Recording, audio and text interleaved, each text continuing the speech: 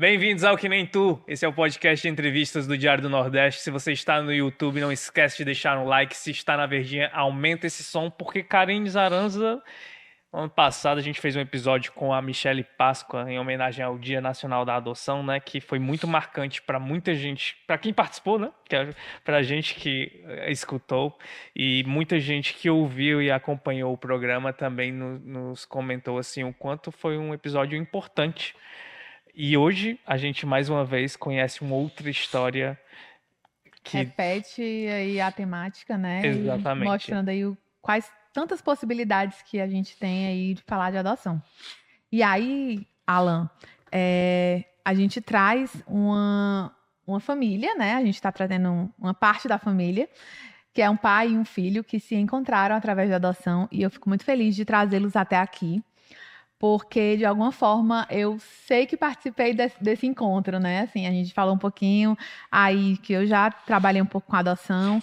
E aí eu sou muito feliz de trazer, porque eu sei que é uma história que vale a pena as pessoas ouvirem. E é muito bonita. E aí eu tô aqui com o Lucineudo e Messias. Muito bem-vindos ao Que Nem Tu. Muito feliz que vocês toparam estar aqui com a gente hoje. E a gente que agradece o convite, né? E já começa fazendo uma correção, porque Karine não participou pouco. Karine participou muito, porque foi o primeiro colo que embalou e botou para dormir e alimentou meu Messias, quando ainda era pequenininho na instituição de acolhimento. Quase uma tia. Quase que uma tia. Que agora se coloca na condição de tia mesmo, depois que viu o tamanho do rapaz que ela botou no colo 8 anos atrás. Mas dá orgulho, viu? Que nem tia. Que nem tia, exatamente. Lucineudo, conta pra gente assim, esse processo no início mesmo, né? Lá desde quando você decide que queria a chegada do Messias. Perfeito. A adoção do Messias é contada de modo emparelhado com a minha história da adoção, né? Com a adoção. Ou seja, eu estou nesse universo há quase 10 anos, na condição de pai quase 9, especificamente falando, mas quando eu somo pretendente, pai, militante, pesquisador, já são quase 10 anos vivendo a adoção diariamente, e a história da adoção do Messias nasce exatamente 8, 9 anos atrás. Messias é filho do meu primeiro casamento, e ele nasce de um desejo da minha ex-companheira, a Suelen, que na época desejava ser mãe, sonhava em ser mãe, mas não pelas vias biológicas. Sonhava pelas vias da adoção. Ela relata, ela conta que sempre teve essa vontade de ser mãe e pelas vias da adoção. Então, quando a Suelen, passado ali aos primeiros anos do casamento, quando a Suelen divide comigo essa história, a gente decide então fazer a adoção do Messias com uma especificidade que era uma adoção tardia, que fosse uma adoção de uma criança maior. A gente está falando aí de 2013, 2014, 2013, quando o assunto chega à mesa para começarmos a conversar sobre esse sonho dela, que depois passou a ser o meu. E em 2014 ele se concretiza quando o telefone toca, depois de todo um processo, avisando que Messias estava para chegar.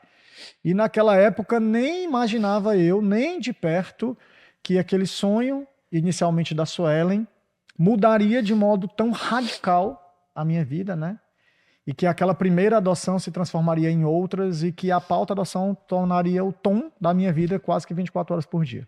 O que é a adoção tardia, Lucineudo? Explica pra gente qual é a idade que isso acaba se conectando. Bacana. A literatura diz que a adoção tardia é toda e qualquer adoção que acontece acima dos 3, 4 anos. Do ponto de vista da prática, do ponto de vista do que a gente vê na constituição das famílias, essa idade, ela pode aumentar um pouquinho. Eu acho que hoje, quando a gente fala em adoção tardia, a gente está falando sobretudo de crianças acima dos 6 anos. E hoje a gente fala muito mais em adoções necessárias do que em adoções tardias, para englobar também as outras crianças e adolescentes que costumam ficar mais tempo nas instituições de acolhimento. Ou seja, crianças mais velhas, grupos de irmãos, crianças ou adolescentes com deficiência. Então, hoje a gente tem preferido falar em adoções necessárias, porque a gente sabe que quando a gente nomeia, a coisa existe. E, portanto, falar sobre adoções necessárias é também, de alguma maneira, lançar luz para esses outros atores do sistema de adoção que, em geral, não têm a atenção devida. E aí, Luciano, fala um pouquinho assim, naquela época, vocês passaram pouco tempo entre a espera e a chegada do Messias, né? Porque era uma outra realidade. E aí, como é que foi esse encontro? Como é que aconteceu se tornar pai e o Messias falar depois um pouquinho como foi se tornar filho, né? Bacana. A conjuntura era outra, e aí quando eu tô falando em conjuntura, eu tô falando de qual era o perfil de quem desejava adotar na época, quantas crianças nós tínhamos disponíveis, né? Mas a gente ficou pouquíssimo tempo. O processo inteiro do Messias, de quando a gente deu a entrada na documentação, ao dia que o telefone tocou, se passaram 4 meses. Muito pouco. Quando a gente pensa na realidade nacional, mas também local, isso é um período muito curto, um prazo muito curto. Mas isso porque, na época, uma criança de 7 anos, na conjuntura de então, era como se fosse hoje uma criança de 16 adolescente, anos, né? 15, 16 anos. O que mostra um avanço positivo, porque significa dizer que os pretendentes se abriram para a adoção de crianças mais velhas, né? E isso é ótimo, né? Porque a gente acaba flexibilizando esse desejo. E Messias chega num contexto de muito desejo, Messias foi muito esperado, foi muito desejado, foi muito planejado, foi muito estudado, né? Que é uma dica que a gente dá sempre para os pretendentes, né? Aproveitem esse momento difícil da espera para alguns para estudar, para se preparar, para conhecer, para inclusive tentar entender esse universo da adoção e as especificidades dessa filiação. Porque tem sempre uma discussão, adotar e ser pai e mãe pelas vias da adoção é a mesma coisa, é diferente? É a mesma coisa e é diferente. É a mesma coisa no sentido de que haverá um momento em que essa família vai se constituir e as questões que tocam essa família são as mesmas da família biológica. Ponto. Mas elas são diferentes também porque a história de vida daquela criança que chegou naquela família substituta precisa ser considerada ao longo do tempo, porque muitas das questões que vão aparecer um tempo depois podem ser explicadas pelo fato de aquela criança ter sido institucionalizada. Então, Messias chega nesse contexto muito desejado, pais iniciantes, né? O primeiro filho, enfrentando todas as dificuldades que eram inerentes a ter um filho. Um dia são 2 pessoas na casa, no dia seguinte são 3. Esse rapaz chegou em casa com uma energia inimaginável. Karine deve ter lembranças dessa energia. Uma criança muito saudável, muito feliz, muito brincalhona, muito arteira e que gostava muito de brincar. Hoje, adolescente, né? Já tá um adolescente muito mais tranquilo, mas que na época encheu a casa de cor. A gente morava numa casa muito grande na Caucaia, eu lembro disso, e a casa parecia muito grande. E quando o Messias chegou, eu percebi que a casa não era tão grande assim, porque de fato ele preencheu a casa com muita alegria, com muito movimento, com muita dinamicidade, e a vida de lá para cá nunca mais foi a mesma. E tu, Messias, o que é que se lembra quando Suelen e Lucineudo chegaram lá? Isso aqui na tua memória é viva? Tu se lembra quando chegou lá no teu quarto que tinha aquele papel, aquele desenho dos carros, né? Exatamente. Então, eu lembro sim de algumas partes, não sei todas, que eu não me lembro, porque minha memória é horrível. Mas eu lembro que quando eu cheguei lá, né, eu fiquei muito ansioso, né, muito feliz por sair do abrigo. Não que eu não gostasse de lá, eu gostava muito, porque tinha minha madrinha, meus amigos, eu ainda tenho meus amigos por aí, né, pelo mundo, eu não sei cadê cada um. Mas eu gostei muito de sair do abrigo. Quando eu cheguei em casa, eu adorei também a casa. Eu tinha um gato também, que era Hulk. Não veio uma casa agora, que, né, bichinho. Conheci meu quarto, conheci a minha nova casa, eu gostei, né. Ainda tinha, ele até, tipo, pode dizer, ele até fez o que eu pedi, por causa que no meu quarto, eu queria que meu quarto fosse do McQueen. Eram uns carros lá que eu gostava na época. Aí em cima da mesa tinha lá minhas coisas, aí tinha minha cama, aí eu fui conhecer a casa, né, conheci meu pai direito, minha mãe. Quando eles foram lá no abrigo, eles para me conhecer, eles viram menina de 6 anos em cima de uma árvore de ponta cabeça, né? Foi muito engraçado esse dia. Eu ainda me lembro também de muitas coisas. Eu lembro também de falar para minha mãe, perguntar se ela queria ser minha mãe. Aí ela pediu para perguntar pro meu pai, o Lucineudo, ei, vai lá naquele rapaz ali. Aí eu fui lá, perguntei, ei moço, seguinte, você quer ser meu pai? aquela moça pode ser minha mãe? Ele falou que sim, pode sim. A gente vai vir aqui te visitar às vezes não, né? Eles iam quase toda a semana lá, tipo, numa sexta-feira, no sábado por aí. Eu gostava muito de ficar perto deles, ainda gosto. Mas, tipo, eu me lembro de muitas coisas também. Me lembro, tipo, quando eu saí do abrigo, quando eu cheguei lá. Teve até um dia, acho que foi, tipo, foi na terceira semana né, que eu tava me acostumando. Eu falei, pai, é o seguinte, eu quero voltar pro abrigo. Aí ele falou, mas se, tu quer voltar pra visitar ou tu quer pra voltar? Eu falei, eu quero voltar pra lá. Ele falou, ah, mas você, tipo, não pode, porque você já é nosso filho, já tá pronto aqui. Aí eu falei, pai, mas eu quero ir pra lá. Aí ele explicou pra mim, falou, não, você não pode mais, mas nós podemos ir lá visitar. Aí pronto, a gente foi, visitou, foi tipo, viu muitas memórias de uma vez só, papá. Aí é muito divertido ser, né, ser filho dele e da minha mãe. Eu tenho orgulho muito disso e eu até agora tenho orgulho de ser filho do Lucineudo e filho da Suelen agora. Lucineudo, como é ouvir o Messias chegar e perguntar: Você quer ser meu pai? É. Quais as sensações que passaram na tua cabeça quando você vê uma criança chegando em ti e te fazer essa pergunta? Ouvindo ele falar agora, eu lembrei exatamente da cena. Eu lembro exatamente do dia em que isso aconteceu. Esse dia que aconteceu esse fato propriamente dito foi um dia após nós, 2 dias depois de nós termos encontrado ele pela primeira vez. Olha que coisa interessante. Quando o fórum ligou e disse: Olha, chegou a vez de vocês, nós temos uma criança no perfil, a gente queria saber se vocês querem conhecer. E aí a gente quer, sim. Aí no dia seguinte a gente foi ao fórum, recebeu ali as primeiras informações que havia de relatório, informações técnicas burocráticas, e aí dali nós precisávamos marcar a visita ao abrigo. Mas demoraria uns dias, dependia de uma equipe técnica que precisasse nos acompanhar para aquela primeira visita. E eu lembro que a gente saiu do fórum e a gente sabia qual era a instituição, e eu disse: Não, a gente vai lá agora. A gente vai, não vai poder entrar, porque não estamos autorizados, mas a gente vai, estaciona o carro na frente e a gente vai encontrá-lo, a gente vai vê-lo de alguma maneira. E foi o episódio do pé de goiaba. E foi exatamente isso que aconteceu. A gente saiu, ficou dentro do carro, o vidro fechado, na frente da instituição de acolhimento, e as crianças estavam brincando, e de repente eu vi uma criança pequena, isso era mais ali na hora do soninho da tarde, tinha umas crianças, tinham 2 sofás, umas crianças dormindo no meio, e uma criança que ficava pulando de um sofá para o outro, sobre as outras crianças. E eu disse: É aquela figura. E aí a gente estava distante, não podia ver muito ao certo, né? E daqui a pouco aquela criança saiu e foi brincar no pé de goiaba e se pendurou de cabeça para baixo. Eu digo: Eita, o furacão vai para casa daqui a pouco. E dali, 2 dias depois, chegou o dia oficial da visita, a gente conheceu. Num primeiro momento, quando o pretendente chega à instituição de acolhimento, ele não é apresentado como pai, nem como mãe, nem como pretendente daquela criança, para que a questão emocional seja preservada. Ele é apresentado como um tio que está visitando a instituição de acolhimento. E aí a gente foi brincar com todas as crianças, conhecer. A gente já sabia que era ele ainda não. Eram tios que estavam visitando a instituição de acolhimento. No dia seguinte, aí sim, no segundo dia da visita oficial, né? Eu lembro bem, a gente tinha ido no final da tarde para dar o lanche, ficar um pouco com ele.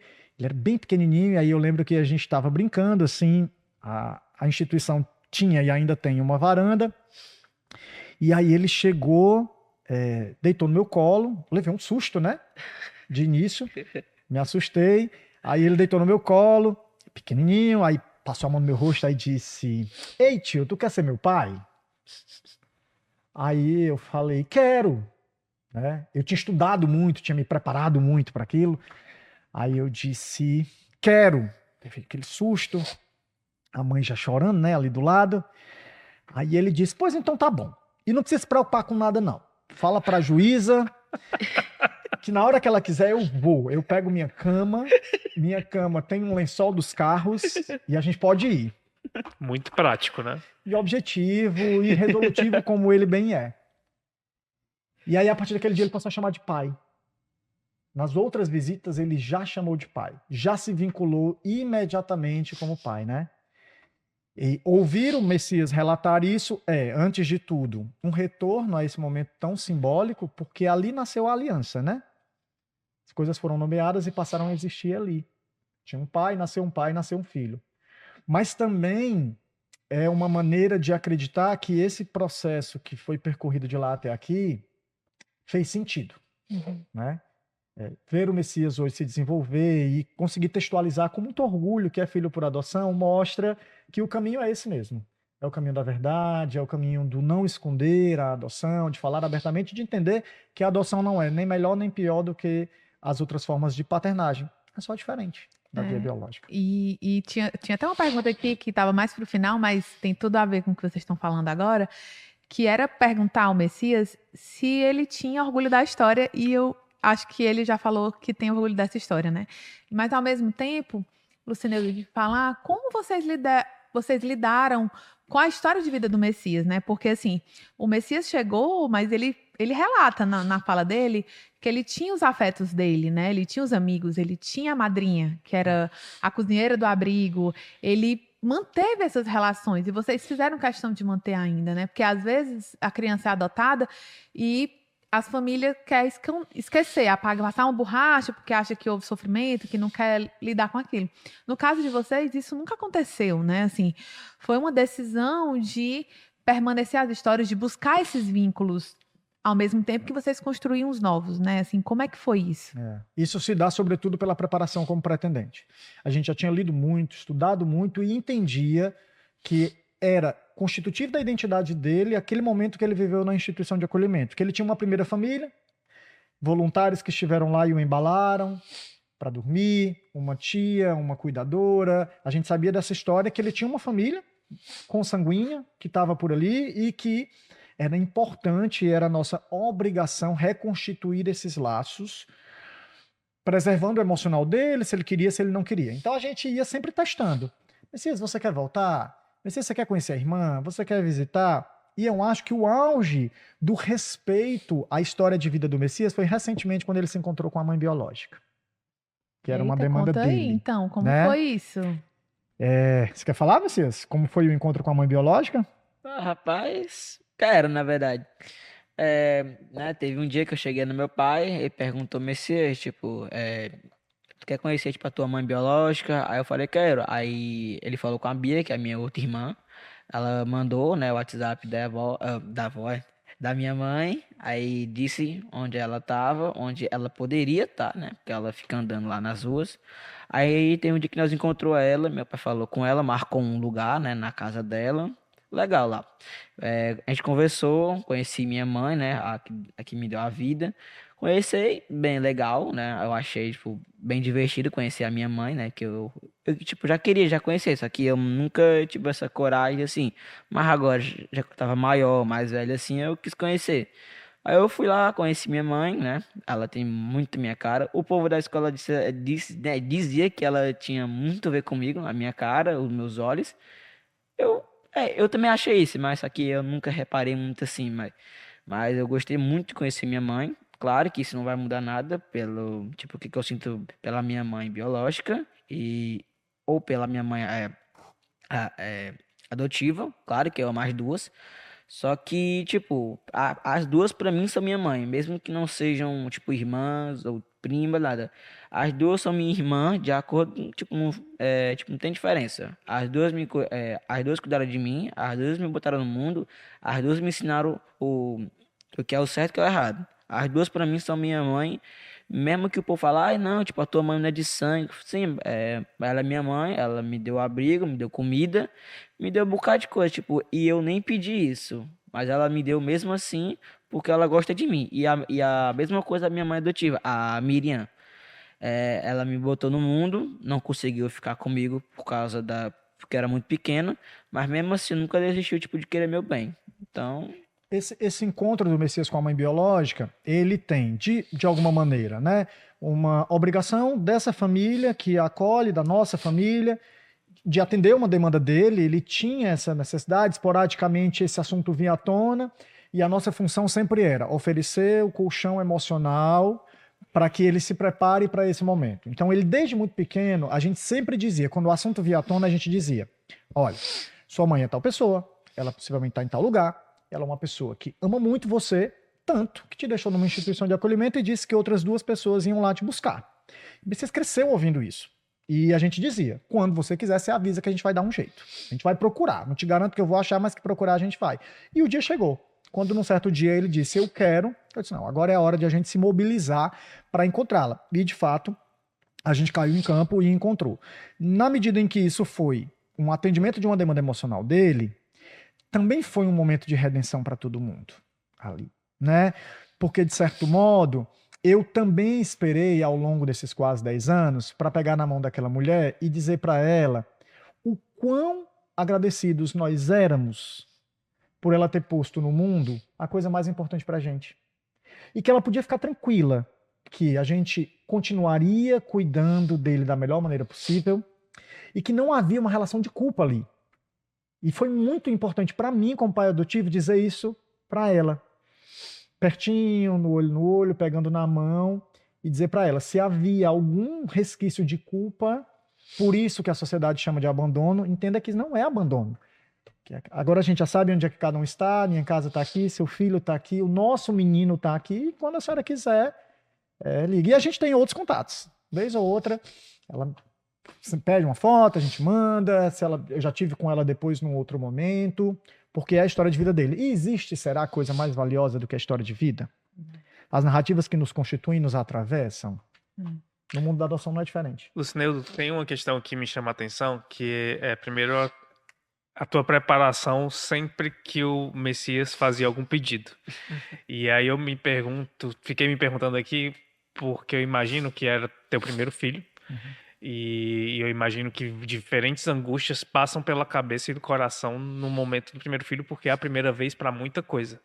Então, assim, o quanto tranquilo foi para você, e o quanto angustiante também foi, quando o Messias, lá no começo, dizia assim, eu quero voltar pro abrigo, e o Messias disse que você foi bem taxativo, e claro, não, a gente pode visitar, e em nenhum momento você sentiu uma angústia, um incômodo de acabar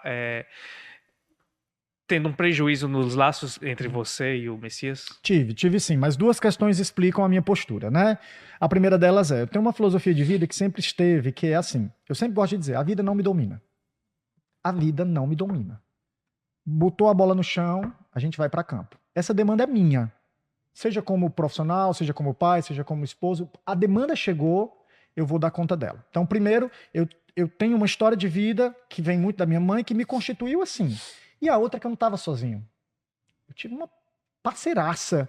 Tinha e continuo tendo uma parceiraça com quem eu dividia. Então, quando essas demandas chegavam, por mais que eu tivesse medo, eu dizia, a gente chegava e dizia, a gente vai agir assim, mesmo que depois a gente se trancasse no quarto e chorasse.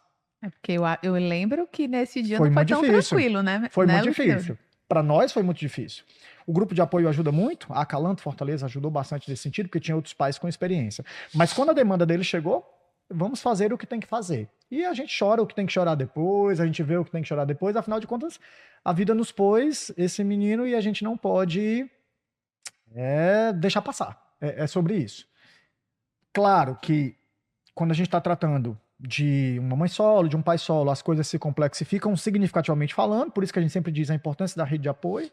Quem vai ser tua rede de apoio? Se você vai ser pai e mãe solo. É a avó, é o vô, é o tio, é a escola, é a creche, é uma vizinha? Precisa, né? Porque paternidade e maternidade também é uma relação de muito acerto e erro. Bem Também é uma relação de acerto e erro. Nem que a gente depois precise pedir desculpas. Mas é entender também que naquele momento é o adulto que tem que pegar a bola é dele, é ele que tem que segurar a onda. Eu estou diante de uma criança que está com saudade do abrigo, a gente vai levar. Franqueza, né? Franqueza. Quantas vezes eu disse para o Messias, tô com medo, mas a gente vai fazer, não sei se esse é o caminho, a gente vai fazer, se der errado a gente volta. No abrigo, esse retorno ao abrigo, por exemplo, foi um desses momentos. Voltar para ficar você não pode, mas voltar para visitar se você quiser, a gente vai. Quantas vezes você precisar. Até que essa necessidade foi diminuindo por conta dele. A gente é que continuava insistindo enquanto o tempo achava necessário, né? Hoje ele continua tendo contato com a madrinha, por exemplo, que foi a cozinheira do abrigo, nos aniversários ele se vem. E eu ia te perguntar, Lucineudo, assim, por mais que vocês estivessem muito preparados para passar por alguns desses desafios da adoção, quais foram os momentos assim que te marcaram mais, assim, de tipo, de felicidade ou de desafio. Tipo assim, meu Deus, isso aqui, como é que eu vou fazer? Tem uma história que você contava e que me marcou muito, que falava sobre quando o Messias chegou, até a adaptação da alimentação, que era muito diferente. E aí eu lembro que você falava que alguém falou assim, ai, ele já tem 7 anos e tá comendo de colher. E aí tu falava, mas eu tô tentando dar suporte para ele entender o que são as relações familiares, porque ele não sabe o que é um tio, uma tia, como é que se organiza uma família, né? Então eram muitas questões que chegaram junto com ele, né? Então quais foram as coisas que te marcaram desse processo? Pode ser que seja desse início, mas pode ser que seja já de agora, né? Eu acho que do ponto de vista dos momentos assim de extrema felicidade, um momento seria impossível dizer, mas o processo de constituição da identidade pai e filho, quando um tempo depois você se dá conta que você não consegue mais viver sem aquela pessoa. Eu acho que isso é algo de muito destacado. Quando os meses foram se passando e no curso natural da vida, nas demandas do cotidiano, eu entendi que a minha vida não existia mais sem aquela figura. Porque isso se dá sobretudo quando você não lembra mais como era a vida sem aquela pessoa. Aí eu digo, ok, então a paternidade aconteceu, a vinculação Então, esse cotidiano de você descobrir que o primeiro final de semana que foi dormir na casa da avó foi difícil, você se sentiu sozinho, né? Então, olha, uma identidade está se constituindo. Então, esses momentos de descobertas cotidianas de que a paternidade se construiu, sim, são os momentos que eu gostaria de destacar mais. Os momentos de dificuldades, ao longo desses quase 8, 9 anos, né? Eu destacaria 3. Eu acho que os 3 primeiros meses de adaptação dele e da gente são muito complexos. É um momento em que a família adotiva não pode ficar sozinha. Ela precisa de uma rede de apoio especializada, daí as ONGs, daí os grupos de apoio à adoção. Esses primeiros meses são muito desafiadores, porque a criança está bagunçada emocionalmente. Ela está amando estar na casa nova, mas está ao mesmo tempo morrendo de saudade da casa antiga. Ela está amando o tempero da comida nova, mas ao mesmo tempo sentindo muita saudade. E aí tem uma comunidade que te cobra que a criança tem que comer de talher, que a criança não pode dar escândalo. E aí é o momento em que você mais uma vez vai dizer, essa demanda é minha e peraí eu que digo. Você vai ficar na minha vida, você não vai ficar mais na minha vida. Fiz muito isso com a minha rede de apoio, de amigos. Fiz muito isso depois que ele chegou. Então, vamos sair? Vamos, mas eu preciso ir para um restaurante que haja talheres de plástico. Eu preciso ir para um restaurante que tenha parquinho. Eu preciso ir para um lugar que tenha espaço. Ele não consegue sentar e ficar sentado. Mas a gente queria ir para o barzinho tal que tem música. Desculpa, eu não vou. E aí, esse círculo se desfaz, outro se faz. Eu acho que esses 3 primeiros meses são muito difíceis. O pai está cansado, tem um cansaço ali, muito grande de lidar, de correr, de cuidar de alimentação. Esse que eu destacaria o primeiro. O segundo momento muito difícil, a separação, o momento do divórcio, né? Depois que ele chega, um tempo depois o casamento se desfaz. Foi uma separação absolutamente amigável, mas é uma separação. É uma troca de casa, é uma rotina. Então nós tínhamos as nossas dores e nós tínhamos que blindá-lo, protegê-lo. Então foi um momento muito difícil. Muito, mas muito difícil. Eu lembro, a respeito desse segundo ponto, eu lembro de um momento que foi, assim, para mim pesadíssimo. Acho que o Messias nunca nem me ouviu falar sobre isso. Ele ficava alguns dias com a mãe e outros dias comigo, e nos dias que ele estava com a mãe, eu fazia algumas visitas. Então, num determinado dia, ele estava muito choroso em casa, e o então namorado da mãe, na época, me ligou e disse, olha, ele está muito choroso, a mãe está na universidade, estava estudando, e eu não sei mais o que fazer. Eu disse, não, pois então tá bom, estou indo aí. E aí eu fui, eles morando na Caucaia, eu já em Fortaleza, e aí quando cheguei, ele pequenininho, ele olhou para mim e disse, ele tinha desenhado um relógio no pulso de caneta. E aí eu disse, o que foi isso aí? Aí a gente começou a brincar para ele se distrair. Aí ele falou, olha, esse relógio aqui, eu desenhei você para quando eu tiver saudade, eu olhar e me lembrar. Ai, cara. O sentimento de culpa é muito difícil. Porque por mais que não tivesse culpa ali, mas havia havia uma má interpretação da culpa, de que era minha responsabilidade e tararararará. E aí o que que eu fiz? A bola estava comigo, mais uma vez a vida não ia me dominar, segurei a onda e disse, não, mas fica tranquilo, tá aqui, a gente vai se falar, amanhã já é meu dia da visita, no final de semana você vai. E aí fiquei com ele, se acalmou, dormiu, e aí eu desci, fui para casa, aos prantos da Caucaia, até o Benfica, rindo de chorar, numa dor assim absurda. Então esse processo de separação foi muito difícil. E eu acho que um terceiro momento muito difícil da adoção, menos difícil que os dois primeiros. Ele tinha quantos anos na época? Nessa época, Messias tinha 8 anos. 8. E o terceiro momento, difícil para mim, mas nem um pouco difícil para ele, porque ele lidou super bem, foi quando o meu atual companheiro chegou na nossa vida. Aí foi difícil para mim, né? Como é que agora Eu vou explicar. Como é que eu vou explicar tudo isso, né? Que além da separação da mãe, o pai vai casar de novo e que vai casar com um homem e não mais com uma mulher. Então, para mim foi difícil, foi um momento de medo. E aí não tinha literatura para me amparar. Não tinha literatura, não tinha em que me ancorar. E aí eu disse, não, se não tenho elementos externos, vamos para o elemento interno. E aí um dia eu fui conversar com ele. Tomar café da manhã. Foi pego de surpresa. E na aí, como verdade. foi, Messias? Conta aí, como foi o café da manhã? Rapaz, pelo incrível que pareça, foi muito bom café da manhã, claro, né? Teve pão, manteiga, presunto, queijo ali. Só que nesse dia, eu acho que no dia anterior, ele foi deixar o Paulo lá onde mesmo? Esqueci o nome. Será que em Redenção? Tinha que deixar ele em algum lugar. Foi em algum lugar aí. Aí eu perguntei pro meu pai, quando a gente tava voltando, eu perguntei, pai, seguinte, tipo, o senhor tá gostando, tipo, desse cara? Aí ele falou, Messias, né, eu tô. Eu acho que foi isso que você falou, eu não tô lembrando agora.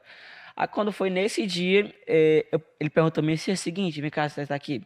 Aí eu falei, bora então. Aí tava lá, pão, né? Aí eu já fui lá comer, né? Logo comer. Aí ele falando comigo, aí eu já sabia, né, o que que ele ia falar, provavelmente, eu acho, não tô lembrando agora. Aí ele falou, mas é o seguinte, você se lembra daquele rapaz que você perguntou se eu tava gostando? Aí eu falei, sim. Aí ele falou, então, aí eu já falei, né? Falei, então, você tá namorando? Ele falou, é isso aí, Messias, é isso mesmo. Aí eu fiquei, legal. Aí eu fui conhecer o Paulo, uma gente boa. Ele salvou. Eu já fui pego, já tipo, falei, já sei que ele, né, que ele vai falar, então eu já vou falar primeiro. Aí eu já falei, pai, é o seguinte, né, ele falou, Messias, você conhece aquele rapaz lá, que o Paulo, até que eu fui deixar ele lá na serra, não sei aonde que é. Aí ele falou, sim, lembra? Ele falou o seguinte, eu e ele, aí eu, né, aí ele falou, aí eu cortei. Eu falei, pai, tipo, tu e ele eles estão, né, vocês estão namorando? Ele falou, é isso mesmo, eu e o Paulo estamos se namorando. Aí o Paulo vai morar com a gente também. Aí mora. Aí ganhou outro pai. Simples assim. Boa divertida. Simples assim. Aí vem as múltiplas adoções, né? Messias e eu tínhamos adotado, depois Paulo chega, adota também. Messias vem morar com a gente em um determinado momento. Depois Suela em casa de novo e Ricardo adota Messias também, como o padrasto. E aí a gente tem essa família que mais parece um bando da Era do Gelo do que uma Família família feliz. propriamente dita. É a tradicional família brasileira. Total, total. Messias, o Lucineudo falou aí um pouquinho de momentos que para ele foram mais desafiadores e mais felizes. Uhum. Tu consegue dizer para ti assim, para ti, o que foi mais feliz nisso e o que foi mais difícil? Acho que consigo sim. Mais feliz assim, né? Pelo que eu me lembro, eu vou tentar pegar aqui nas memórias. Foi quando eu saí do abrigo, acho que foi de noite ainda. Teve até uma festinha pra mim. A minha avó fez um bolo pra mim, um bolo gigante do Pica-Pau. Aí quando a gente saiu de lá, a gente foi ver uns amigos do meu pai. Aí nesse dia eu fiquei muito feliz por causa que lá no abrigo nós não tinha comer pizza, né? Por causa que a pizza era a tia que fazia, eu ia lá ver ela fazendo a massa, eu até pegava a massa e saia correndo. É muito divertido.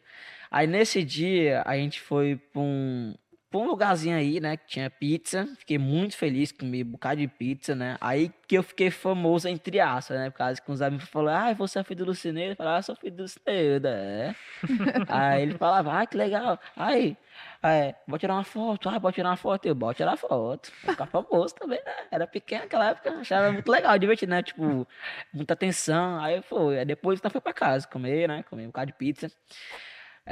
Aí um momento triste, né? Ruim, não sei. Foi quando ele disse pra mim, Messias, você não vai mais voltar pra abrigo. Isso, né? como ele falou, ele, né, ele falou que não, nós podia só visitar. Aí eu fiquei falando, não, mas eu quero voltar, eu gosto de ir lá. Eu acho que ele também não, tipo, não deve ter sabido disso, tá sabendo agora, tá? Que quando o senhor e minha mãe foram lá pro quarto, e sim, deu pra escutar assim um choro que eu tava. é, eu era muito xerido e botava meu ouvido na porta, obviamente, né? Claro. Aí deu pra escutar. Aí eu fiquei, tipo, me sentindo culpado. Falei, ai, nossa, é que eu faço essas coisas assim, aí estão chorando aí. Aí de manhã, bem cedinho mesmo, umas 5, 6 horas ainda, eles estavam dormindo, eu fiz um bilhetinho pra eles, né? Eu tive que fazer 2 bilhetes. Eu não sabia muito escrever naquela época, aí eu colocava pai em papel, aí botava mãe no outro. Aí colocava desculpa, aí desculpa no outro. Aí eu fiz uns, sei lá, uns 5 ou 4 papéis só pra pedir desculpa pra um pra outro, né? Porque se caso ele acordasse mais cedo, ele ia ver o dele. Aí se minha mãe acordasse depois, ela ia ver o dela. Aí eu fiz um bilhetinho lá, me acordei cedo, morrendo de sono ainda, escrevi pra ele, escrevi pra ela, uns 4 papéis, só pedindo desculpa. Aí eu botei, né, lá na porta com a liga que ele tinha lá, opa, na liga lá, aí eu fui dormir. Aí de manhã ele falar comigo, Messias, obrigado, né, pela cartinha. Sim, desculpamos você, sim. Não, e não se preocupe, se caso que você queira ir no abrigo, nós vamos com você. Aí esse dia, pra mim foi tipo, né, foi um bom, aí foi um ruim, aí depois ficou bom de novo. Então foi 3 coisas, né, 2 coisas boas e uma ruim. E foi isso mesmo. Tal como a vida, né? Tal como a Tal vida. como a vida.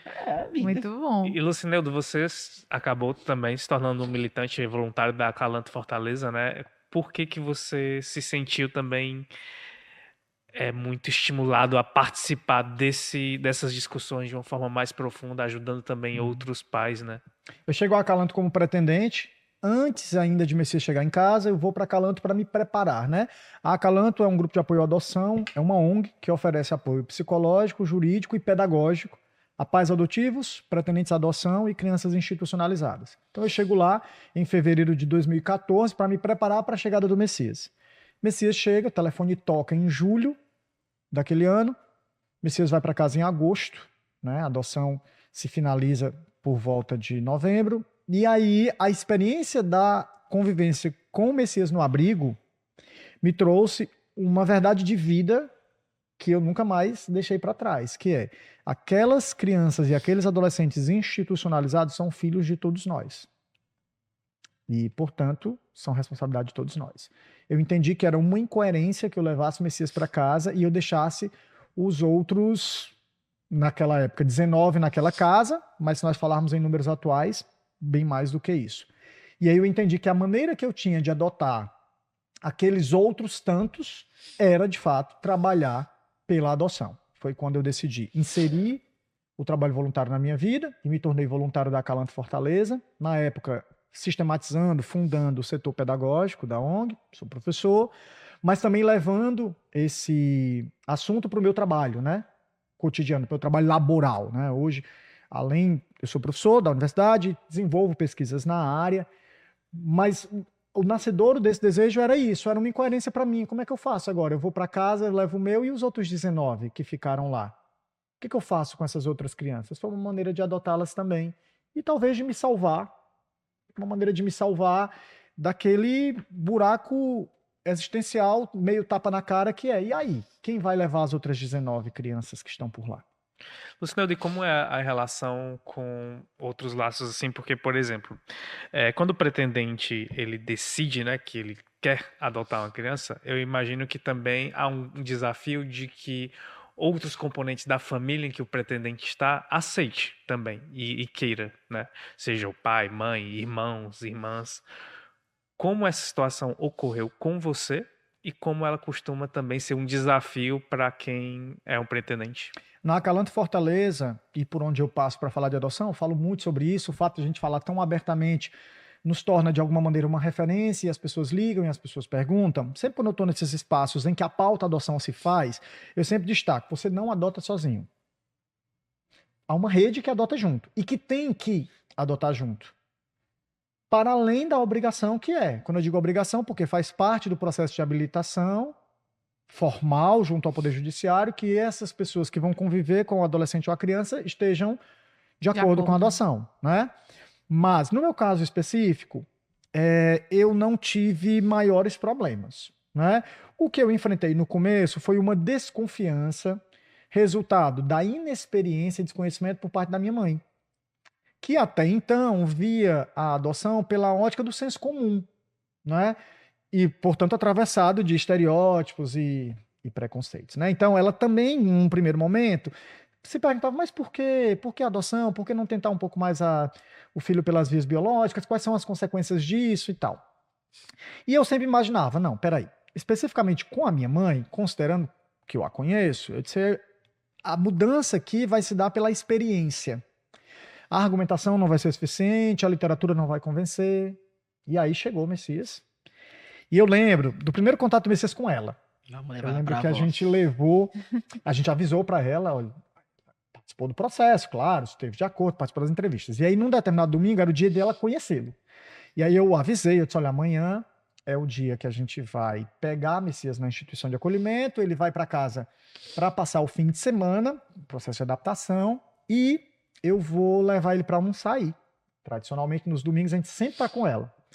E aí foi curioso que a gente chegou e ela estava em pé na porta, eu lembro dessa cena muito bem, ela em pé na porta esperando a gente, e aí o Messias chegou, e aí ela ficou assim, totalmente Imóvel. imóvel. Ficou imóvel. Eu acho que ela imaginou, o que eu faço? Né? Quem é esta figura que está chegando aí? E ele, muito desenrolado que era, chegou e disse, a senhora é minha avó? Sou. Tem comida aí? Tem. Pois tá bom, eu quero almoçar. Rapaz, o Messias é muito prático. Ele é muito... Ora, dizer isso para uma cozinheira significa dizer, Eu quero esse cheguei, menino. né? Pronto, tô Quero aqui. ficar. E o encontro deles nasceu dali, né? E é muito engraçado hoje, quando eu vejo minha mãe, que é um relato que é muito comum por todas as famílias, mas hoje, quando eu vejo minha mãe lidando com os 3 meninos, é uma... O amor pela adoção, no caso dos avós, me parece que ele tem um componente dobrado. Tem o amor do vínculo da família que se constituiu, mas tem uma espécie de amor social, tem uma tentativa de recompor o que perdeu. E aí eu tô sempre dizendo isso para ela, olha, mãe, fica tranquila, a senhora não precisa compensar nada. Então, não precisa deixá-los a noite inteira no celular para compensar o período em que os bichinhos ficaram na instituição de acolhimento. Só não precisa deixar que eles comam o que eles querem para compensar o período do sofrimento. E isso se deu. No âmbito da família eu não tive problemas, no âmbito do círculo familiar, sim. E o Messias tratou também de resolver isso. Quem tinha de ficar, ficou. Quem não tinha de ficar, não ficou. Mas chega uma rede de amor muito grande também quando eles chegam. Galera que vem, se dispõe a ajudar, a conversar e cuidar mesmo. Tinha um grupo de amigos que dizia, quando estiver muito cansado, avisa que a gente vai lá. Vão sair vocês dois, deixa ele aqui. E é importante que todo mundo adote nessa rede. No caso específico do Messias, ele foi muito bem amado. Nos outros 2 também. Pois é, eu já ia falar pra gente, a gente tá focando muito no encontro do Messias e do Lucileudo, mas a adoção, ela extrapolou esse encontro, né? Conta um pouquinho, eu queria que você contasse como pai, como surgem as 2 outras adoções, né? E depois eu vou querer saber do Messias como foi ganhar esses irmãos. A vida tem umas... Olha, aquele célebre embrulha, desembrulha, sossega e desassossega do Guimarães é a mais pura verdade, né? Esse eterno desassossego. Quando a gente adotou Messias, a gente queria 2, chegou só 1, e decidimos que não queríamos mais adotar. Acontece a separação, eu conheço Paulo, caso com Paulo, e Paulo traz para casa a ideia de que queria ser pai de uma menina pequena. Desde o começo do namoro, Paulo já se referia, queria uma pretinha, queria uma menininha pequena. Paulo tinha vivido muito tempo, tinha vivido alguns anos nos Estados Unidos e em Moçambique, e estuda, pesquisa e trabalha com questões atinentes ao racismo, fez mestrado na área, doutorado na área, então as questões que tocam branquitude, negritude, relações étnico-raciais atravessam e constituem a identidade do Paulo como profissional e como ser humano. Então ele sempre falava dessa figura lá que povoava o imaginário dele. E eu disse, pois vamos adotar. Esperar o relacionamento vinga e vamos. E aí o relacionamento vingou, se tornou um casamento, e aí decidimos entrar na fila da adoção para a menina. Isso em dezembro de 2020. Nos habilitamos, tudo bonitinho, vamos esperar. Chega a pandemia. E em 2021, março de 2021, chega a Calanto um cartaz pedindo ajuda para localizar um jovem de 13 anos que tinha se evadido da instituição de acolhimento. E aí, no meu dia de trabalho na ONG, a minha tarefa daquele dia era buscar esse jovem para convencê-lo a retornar à instituição de acolhimento. Era um domingo, eu procurei de manhã, não encontrei, eu e um outro grupo de voluntários, começou a chover, e eu encontrei esse jovem no domingo à noite, já quase 11 horas da noite. Encontrei aquele jovem, no início, para levá-lo de volta à instituição, ele se negou, não queria voltar. Eu disse, então tá, o que a gente vai fazer?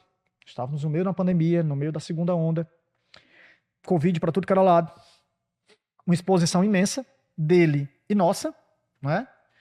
E aí eu disse, então vamos fazer o seguinte, você quer ir lá para casa? Você vai lá para casa para não deixar o jovem em situação, né, de vulnerabilidade mais ainda, você fica uns tempos com a gente, então a gente resolveu a situação. E assim foi feito. Ele decidiu ir, foi para casa, temporariamente, e aí no dia seguinte nós fomos cuidar da burocracia para que ele ficasse conosco. E o que era essa burocracia? Num primeiro momento, tentar ser família acolhedora, que não foi possível porque nós estávamos na fila da adoção.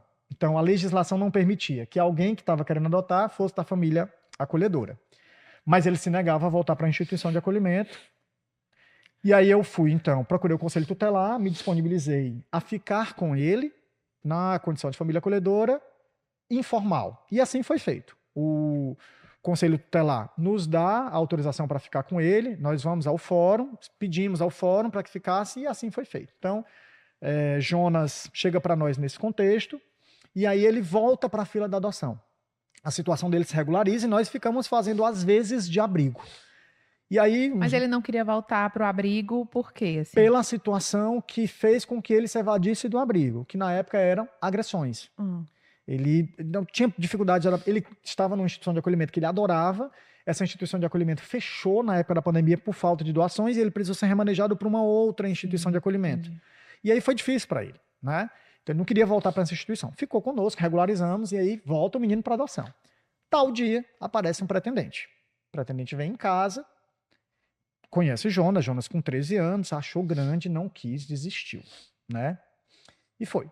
Passa-se mais uns meses por ali e o telefone toca de novo, fórum avisando, olha, Jonas vai ser vinculado a uma família de Limoeiro, um pai e uma mãe, e vocês têm que receber. Então, uma observação importante. Nesse primeiro contato aqui, dele com o pretendente, foi tranquilo, eu agi tecnicamente, beleza. Na segunda vinculação, quando o telefone tocou, que disseram que a família vinha, aí ferrou. Aí deu o negócio apertou no coração.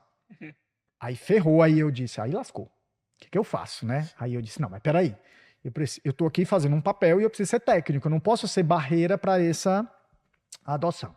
Vamos fazer a aproximação que tem que ser feita. E aí comecei a lidar com a família. A família liga para cá, liga para lá, tararara, quando é que vem? O contexto da pandemia me ajudou muito nesse sentido. Porque a gente nunca conseguia, no final das contas, eles nunca se encontraram, porque a mãe, a suposta mãe, a pretendente, era enfermeira. Então ela ia para os plantões, tinha que ficar de tantos dias sem contato. Para poder ir. Aí nunca rolava. Até que um dia ela disse, olha, eu queria que ele viesse. Eu tenho condições de ir, mas eu queria ir a Fortaleza e já quero trazê-lo para Limoeiro. Aí eu disse, não vou liberar, porque ele está adaptado aqui, e corre o risco de você ir lá, ele não se adaptar, então não vou querer. Ela, não, então também não quero. Não, então tá bom, tá ótimo, vamos para a próxima. E aí quando ela desistiu, eu fiquei muito feliz pela desistência. E aí eu disse, não, agora precisamos resolver a situação. E aí conversei com o Paulo, chamei o Paulo para conversar num dia e disse, tivemos aí 2 tentativas de vinculação, não aconteceu, o tempo está passando, e aí nós vamos fazer o quê? E aí Paulo, do auge da sua sabedoria, um homem de pouquíssimas palavras, fala pouco, disse, nós não vamos fazer mais nada, porque o que precisa ser feito, já foi feito. Poeta. No dia seguinte ligamos para o fórum, dissemos, amplia o nosso perfil, estávamos lá esperando um menino de 3 anos, né? E ampliou para o menino de 13 e ficou em casa. E lá estávamos. Esquece, não tem mais adoção, tá tudo beleza, são os 2, compra caminha, estrutura, ótimo. Vamos esperar a menina. Não saiu, né, da fila. Não saí da fila. Como o Jonas chegou, fomos fazer com o Jonas o que havíamos feito com o Messias, reconstituir os laços. Quem são a família dessa? E aí fomos descobrir que ele tinha irmãos. E nós já sabíamos que ele tinha um irmão que estava numa outra família por adoção. Uma adoção que já tinha, inclusive, um determinado tempo, que nós tínhamos conhecido num outro momento. E aí esse irmão passa a conviver com o Jonas, como famílias. Ele na família adotiva dele e o Jonas na família por adoção dele. E, num determinado momento, John Lennon, por conta própria, decide desistir da adoção. Não tinha finalizado a adoção do John Lennon. Tinha finalizado a adoção total, com certidão de nascimento, há 4 anos, 3, 4 anos na família. Tudo absolutamente finalizado. A única coisa que não tinha sido finalizada totalmente, dada a complexidade, era a vinculação por parte dele. Por parte das outras 2 mães, não. A vinculação existia, era uma vinculação forte, as mães anteriores fizeram um trabalho excelente, a quem eu sou absolutamente grato, né? O que aconteceu foi, de fato, uma não vinculação que é explicada pela saudade que ele tinha dos irmãos, em especial do Jonas, com quem ele conviveu na instituição de acolhimento. Existia já o vínculo deles, Muito forte.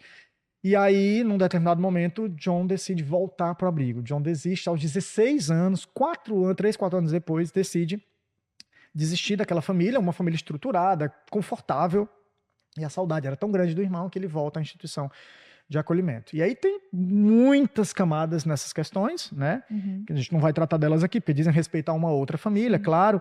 Mas havia um luto de um lado, um luto de outro, e o menino volta para a instituição de acolhimento. E aí a instituição me avisa, olha, a instituição me avisa, a família também me avisa, eu estava acompanhando, eu já estava dando suporte para essa família, como acalanto, aquele suporte de olha, faz assim, é assim, vai por esse lado, tararararara. E ele volta para a instituição de acolhimento. E aí a gente passa a ter contato. O abrigo me liga, eu levo os 2, meu Messias e meu Jonas, para visitarem o John Lennon, que fica institucionalizado. E aí a gente passa a conviver, vai no final de semana, tararara, e num determinado momento ele pede para ir lá para casa passar o final de semana. Eu peço autorização judicial, o juiz libera. E aí esse contato que éramos nós, irmos ao abrigo, depois passa ele vir passar um sábado lá em casa, né? E aí num determinado momento, nas férias do ano passado, ele pediu para passar as férias conosco. E aí tem um detalhe interessante dessa história, que é assim, quando ele vinha, passava o sábado, final de semana, eu devolvia para o abrigo no domingo de noite. No primeiro momento, Jonas ia comigo ao abrigo. E depois do momento, Jonas já não conseguia mais ir. Então a gente ia para Calcaia, ficava na casa da minha mãe, no final de semana, Jonas já se negava a ir para o abrigo. Experiente como era, e como sou na adoção, entendi que já havia ali um sofrimento. E aí eu passo a ir deixar John Lennon sozinho. Daqui a pouco eu me descubro eu sofrendo no retorno. Sinais de vinculação acontecendo. Mas, meu Deus, era passei mais uma, agora é mais uma. O que eu faço com isso tudo? E aí, eu lembro que numa dessas idas para o abrigo no domingo à noite, eu disse, John, você tá feliz no final de semana? Tô. Ele muito calado. E na semana? Não, tio, não tô bem. Não tô feliz. Por quê? Não sabia dizer. Eu disse, tá, mas me conta como é essa tristeza. Ele não sabia expressar. Uma cor, me diz uma cor. Como é a cor que representa a tua semana? Como é que é teu final de semana? O final de semana é colorido, é bola, é praia, é jogo. E o fim de semana? E a semana? A semana é cinza. Aí me quebrou. Lascou geral. Ele vem passar o final de semana com a gente, depois vem para as férias. E aí, quando ele retorna das férias, eu digo, ele lascou. E aí eu volto a conversar com o Paulo. Eu digo, e aí? Nós vamos fazer o quê? E aí Paulo olha para mim de novo e diz, nada. O que tinha para ser feito, já foi feito. E é sempre esse... E aí a gente entra com o pedido de adoção do John. Ele é destituído da família anterior. E aí acontece a terceira adoção. Aos 17 anos. 16. Aos 16 anos, já faz aniversário de 17 conosco. E aí tem Messias adotado aos 8, hoje com 16, Jonas adotado com 13, hoje com 16, e John adotado com 16 e hoje com 17. Numa casa que eu nem me lembro quando não foram os 3. E Messias, e pra ti, como foi chegar a esses dois irmãos aí? Rapaz, foi bom no começo, porque agora, caso meu pai me chame, agora vai ter mais 3 pra ele chamar, né? Porque antes era eu, né? Tipo, podia estar assim, falando, Messias, vem cá, eu ia. Aí agora é Jonas, vem cá, aí ele ia. Aí Jonas, vem cá, aí ia. Aí Jolano chegou, Jolano, vai ali. Tipo, no começo foi muito bom, né? Não, no começo não, ainda é bom ter eles, que agora eu posso chamar de irmão, porque aquela casa era muito sem voz, era eles trabalhando, era eu na sala sozinho vendo TV. Aí ficou muito chato. Quando o Jonas chegou em casa, isso foi de noite já, umas 8, 9 horas por aí. O Jonas chegou calado, na verdade. Aí meu pai pediu pra eu, né, me apresentar pra ele, a casa. Aí eu falei, Jonas, seguinte, ó, aqui é a sala, tá? Dá pra ver, né? Aí vem cá comigo. Aí a gente foi lá pro meu quarto. Eu falei, ei, mano, tipo, tu pode botar, tipo, tuas coisas aqui. Aqui ninguém vai pegar, não, relaxa. Aí ele botou as coisas, aí eu falei, aqui é o banheiro, aqui é onde eles trabalham, aqui é outro banheiro do meu quarto, né, nosso quarto agora. Aí aqui tem a cozinha. Aí eu falei, mano, tipo, tu pode pegar o que tu quiser aqui, pode pegar, tem comida aí, tem pão ali, pode pegar pra ficar à vontade. Aí foi. Aí de noite, aí eu fui dormir com ele lá na sala, porque não tinha rede, não tinha cama, né? Aí eu tive que dormir na cama, na rede por enquanto, depois. Aí a gente foi lá pra sala, aí meu pai pedia, Messias, fica de olho no Jonas. Aí eu falei, tá bom. Aí meu pai deu um celular dele antigo pro Jonas ficar jogando. Aí, mas só que quando ele pediu pra mim, Messias, fica de olho no Jonas, eu achava que era pra ficar direto no olho dele, né? Aí do nada, o Jonas, né, ele me disse um dia atrás, ele falou, ei, mano, mas pra que tu ficava direto só assim, ó? Tava pastorando mesmo. Na cama assim, ó. Aí eu falei, mas tipo assim, é o seguinte, é que meu pai pediu pra ficar de olho em tu. Aí ele falou assim, mas direto. Ele falou, rapaz, foi que mandou. Ele falou se era em 10 minutos, 15. Não, ele falou, fica de olho nele. Aí eu, tá. Aí eu na cama aqui de boa, aí foi divertido. Aí pra quando, aí só quando, a primeira vez que o Jonas falou naquela casa, foi comigo, né? E no outro dia, meu pai tinha pedido uma pizza, né? Pra fazer amizade. Aí que nós vimos um sorriso na cara dele, né? Falou, tu gosta de pizza, né? Falou, gosto de pizza. Aí perguntou, tipo, tu quer mais? Aí nós ouvimos, né? Eles ouviram ele falar pela primeira vez, eu já tinha ouvido já umas vezinhas já. Aí eles gostaram, né? Da voz dele assim. Aí pronto. Aí eu pedi pro meu pai pra ele morar com nós. Ele falou que já tá, né? Já tá no caminho já, e pronto. Aí Então virou tu meu já irmão. tinha pedido o irmão. Já tinha, praticamente. Que, Ah. tipo, eu gostei dele, ele gostou, tipo, da minha companhia. Então, irmão. Aí teve um dia que nós foi lá pra Guaramiranga, que meu pai perguntou, Jonas, tipo, tu quer morar com a gente ou tu quer morar com a tua família? Aí ele demora pra responder, como sempre. Aí ele falou com vocês. Aí na minha cabeça, pronto, tem mais um pra ele chamar agora em casa. Boa, garoto. E o John, Nossa. como foi? Ah, o John, aí já foi mais divertido também. O John, ele foi morar, né, ele foi visitar nossa casa também, junto com o Jonas, ele tava morando ainda com a outra família dele. Aí foram lá, né, meu pai pediu pra eu dar meu computador pra ele, mesmo eu não querendo. Aí eu entreguei pra ele, aí eles ficaram jogando um joguinho lá. Aí veio as férias, né, ele ficou indo lá pra casa, aí ia lá pra avó, aí ia pra casa, ficava na casa. Aí teve um dia que ele até pediu, ele pediu pra eu perguntar, pro senhor, tipo, quando ele podia dormir lá. Aí eu falei, rapaz, conversa com ele. Aí ele fala com a tua mãe pra ver se você pode vir pra cá. Aí pronto, aí veio as férias, né? Finalmente, também já tá chegando já as férias aqui já. Aí né, meu pai veio falar comigo, ele falou assim, ei, Messias, vem cá, tipo, tu gosta, tipo, da companhia do John? Eu falei, gosto. Nossa, ele é bem legal. Aí ele perguntou pro meu pai, Messias, tipo, o que que tu acha da gente adotar o John? Aí eu falei, acho bem legal, né? Mais um, e o Jonas também vai ficar feliz, Jonas. Aí, mas teve até um. Eu até fiz uma pergunta pro John quando a gente tava lá em Guaramiranga. Eu perguntei, John, é o seguinte, tipo, tu quer ser nosso irmão? Tipo, tu quer morar com a gente? Ele falou, eu quero. Tipo, é muito melhor do que ficar no abrigo. Aí eu falei, com certeza. Experiência não própria, porque lá era muito legal no abrigo. Aí a gente conversou, né? O John e o Jonas, ficamos lá conversando. Aí pronto. Aí veio que meu pai chegou em mim lá no quarto lá, tá? E me perguntou, Messias, o que tu acha do Jonas morar com a gente? Eu falei, muito legal. E eu até falei também, não tô lembrando agora, foi que até que o Jonas ia ficar feliz. Aí meu pai foi lá perguntar pro Jonas e pronto. Depois de uns dias, o John trouxe os troços dele lá pra casa e ficou lá por lá mesmo. Todo mundo Mil entende dos maravilhas. Paranauê, viu? Todo mundo entende, Toda né? a logística da adoção, já tá todo mundo muito bem treinado na arte de adotar. Aí agora esperando só a Só a menina. Marielle. Esperando Só a a Marielle. menina, estamos aí na fila, esperando esta moça, desde 2020, né? Vai fazer 4 anos aí de habilitação. E bateu a bola, a gente... E agora Marca que eu não gol. durmo mais. Estamos aí já envolvendo os meninos nos cuidados, quem vai fazer o quê.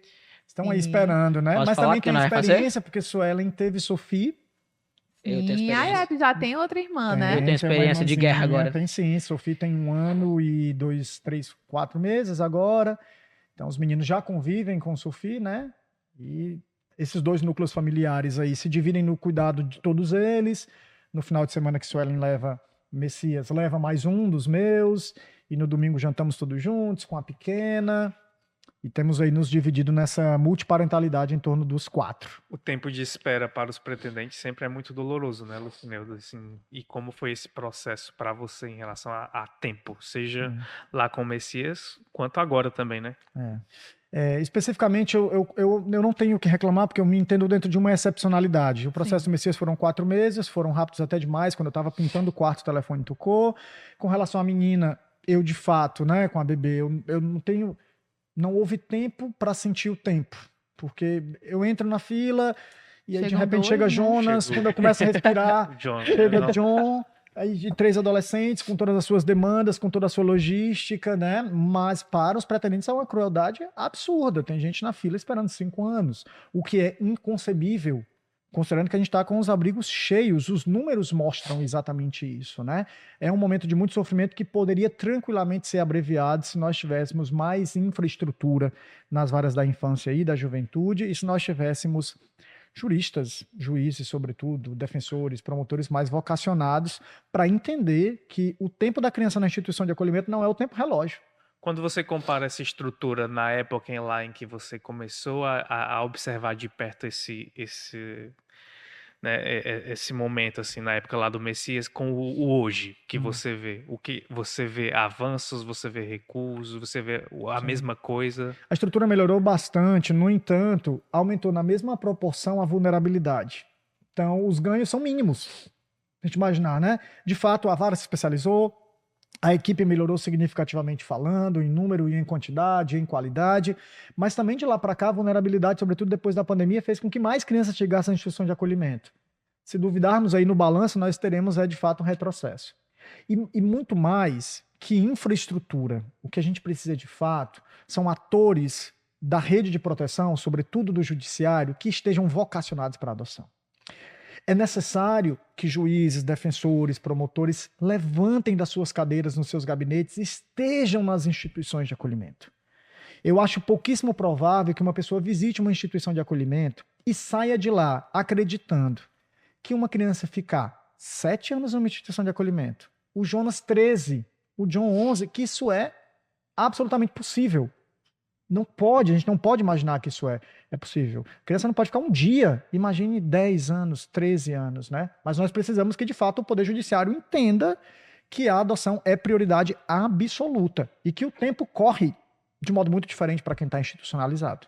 Como é que está esse cenário, Lucineuda? Tu está falando que ainda tem uma grande uma demanda, né, assim, de crianças à espera de ser destituído, já dentro do sistema.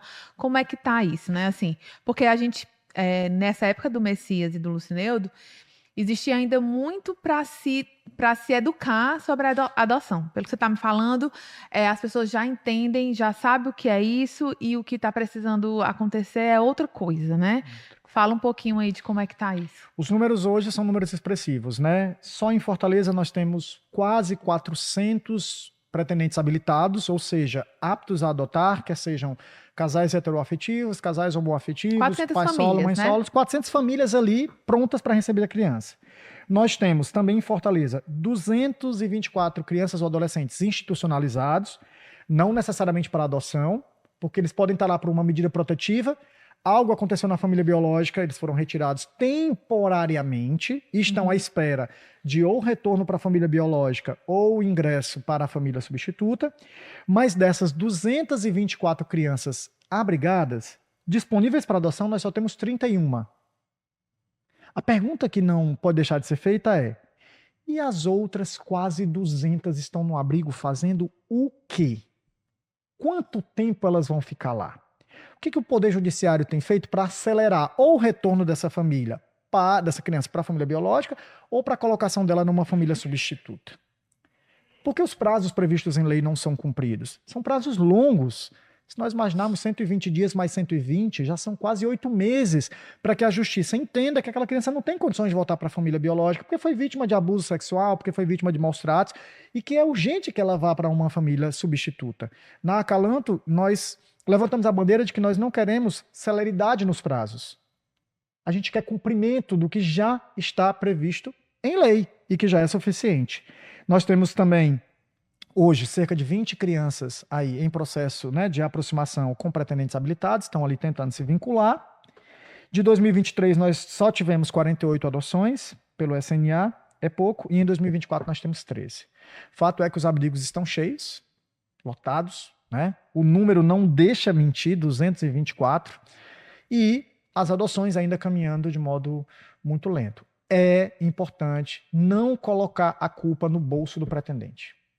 Essa argumentação, de que o pretendente que é criança pequena, menina, novinha, isso não é mais verdade. Os dados mostram que os pretendentes se abriram para grupos de irmãos, para crianças maiores. Mas para isso o Poder Judiciário não pode deixar que essas crianças cresçam na instituição de acolhimento. Elas têm que chegar e têm que ter celeridade mesmo. Ou volta para a família biológica, ou coloca na família substituta urgentemente. O que não pode imaginar é que é razoável 3 anos, 4 anos, 5 anos, 6 anos, 13 anos numa instituição de acolhimento.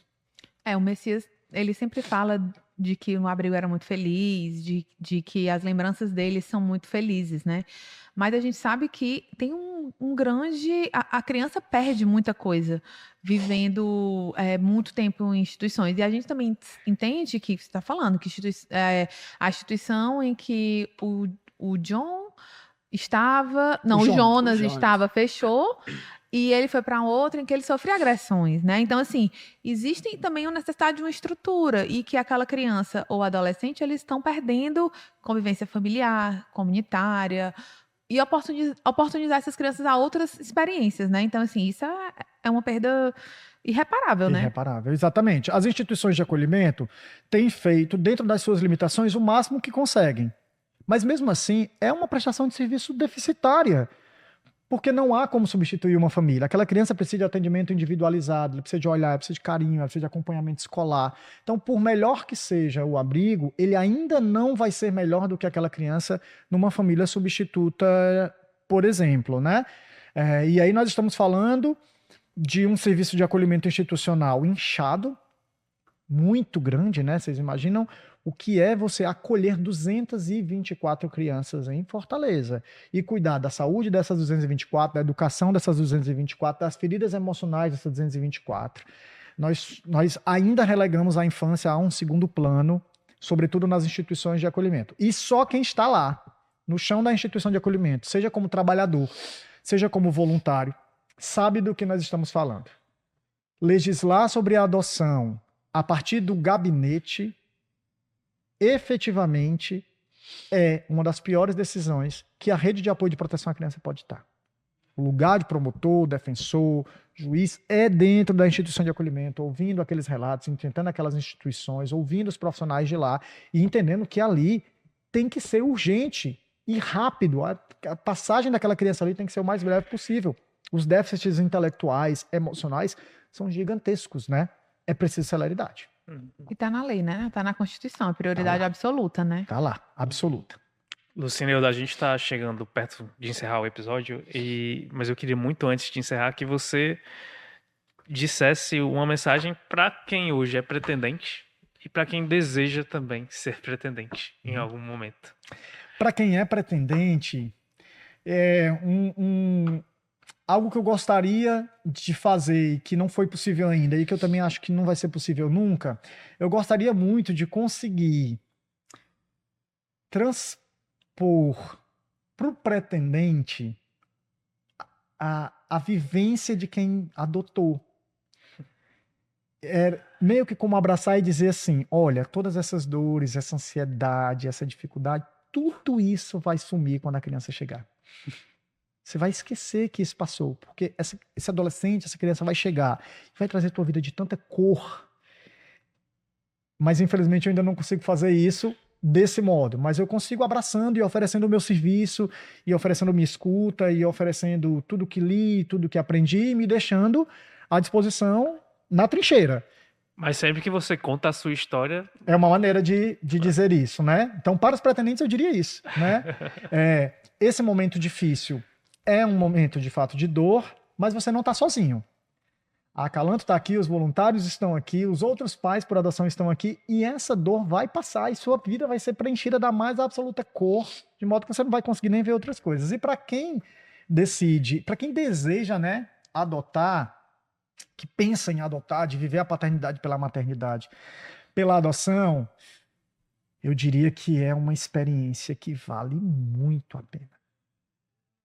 É uma experiência de vida absolutamente excepcional. Eu não tenho filhos biológicos, mas posso pressupor, pela experiência de 3, quase 4, como eu digo lá no meu Instagram, que é uma experiência tão forte quanto, se duvidar, maior. E eu já começo a acreditar, apesar de ser difícil acreditar nisso, porque o olhar do pesquisador é sempre um olhar muito cético e eu não deixo de ver a vida por esse prisma, né? Eu sempre duvido 2, 3 vezes das coisas, mas eu já, hoje, depois de refutar e viver essa experiência, eu não sei se é dessa vida, não. Eu não sei se esse tracejado dessa vida foi dessa experiência de agora.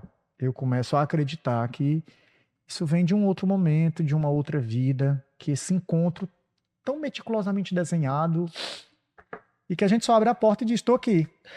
Venha, né? Já estava escrito, né? Já escrito. aconteceu, como diz Paulo. Confia. Aconteceu, como diz Paulo. Paulo ajudou muito, viu? Paulo ajuda um bocado. Gente, pois era isso. Eu queria muito agradecer a vocês, assim, muito feliz de ver essa família, dos contornos que ela ganha, né? Lembro muito, assim, o Lucineudo contando isso daí, eu me lembrei que na época em que o Lucineudo e a Suelen receberam a ligação pro Messias, a gente tinha se encontrado, acho que no evento de adoção, e a gente trocou contatos e tudo, e aí o Lucineudo e a Suelen foram na Acalanto, e a Suelen me ligou, me mandou uma mensagem no WhatsApp, quando recebeu, e falou, olha, chegou minha vez, me ligaram, e ela disse que ia encontrar um menino chamado Messias Mateus num abrigo. Quando ela me falou, eu quase caí de onde eu estava, porque eu falei, não é possível que seja o Messias. E aí eu conheci o Messias do voluntariado, né? Assim, de estar lá na instituição. E eu disse, meu Deus, eu não estou acreditando, vão levar o Messias. E aí eu não podia falar nada, não podia... Porque eu sabia do Messias por outras formas e tudo. Mas naquele momento eu senti uma alegria tão grande de ver que aquela criança iria para uma família. Porque naquela época, as pessoas às vezes chegavam para outras crianças e diziam que não estava mais, você não tem mais chance de ter uma família. Né? E assim, aquilo ali foi uma forma de soprar a esperança mesmo, soprar a certeza de que as coisas iriam acontecer. E que muitas histórias foram modificadas, né? E aí você vê hoje o Messias desse tamanho, lindo, orgulhoso da história, um coração tão bonito, é você ter certeza de que as coisas eram para acontecer do jeito que foram. E eu fico muito feliz, muito emocionada de estar aqui com vocês hoje. Obrigado. Gente, muito obrigado, assim. E a você que nos acompanhou, muito obrigado também. Esse episódio que, segundo ano seguido que esse episódio, comentar sobre isso me faz chorar dentro do episódio. E porque a história de vocês é muito legal. E todo o universo que você abre contando tudo, assim, eu duvido que não tenha gente que... Quando a gente gravou com a Michelle Pasco e falou sobre adoção, muitas pessoas comentaram com a gente que se sentiram muito emocionados e choraram. E hoje eu senti uma conversa muito potente também e mostrando muitas coisas... e muitas riquezas de como a vida ela pode estar sempre cheia de angústias, né? Mas essas angústias, ao lado dessas angústias também tem coisas muito ricas e experiências muito únicas que você consegue viver, independente da forma como aconteça. Se você não chorou, tá errado. Então, Chorar de rir, porque eu sou muito lindo. e muito obrigado mais uma vez pela sua companhia, que na próxima semana tem mais, tá? Não esquece de deixar o like no YouTube, não esquece de avaliar o Spotify com 5 estrelas. E se a pessoa tiver dúvida sobre a adoção, vai lá na Calanto Fortaleza, no Instagram, É isso. no site, vai buscar aí um conforto e informação, né? Estamos por lá. Segue no Carinho- Instagram, galera. Obrigado. E Karen Zarazão, encerra aí porque eu já... Não dou conta. eu não dou conta não, já tô me enrolando aqui nas palavras, gente, viu? A gente amou, espero que vocês tenham amado. Um beijo, até a próxima semana. Tchau, Tchau, tchau. tchau.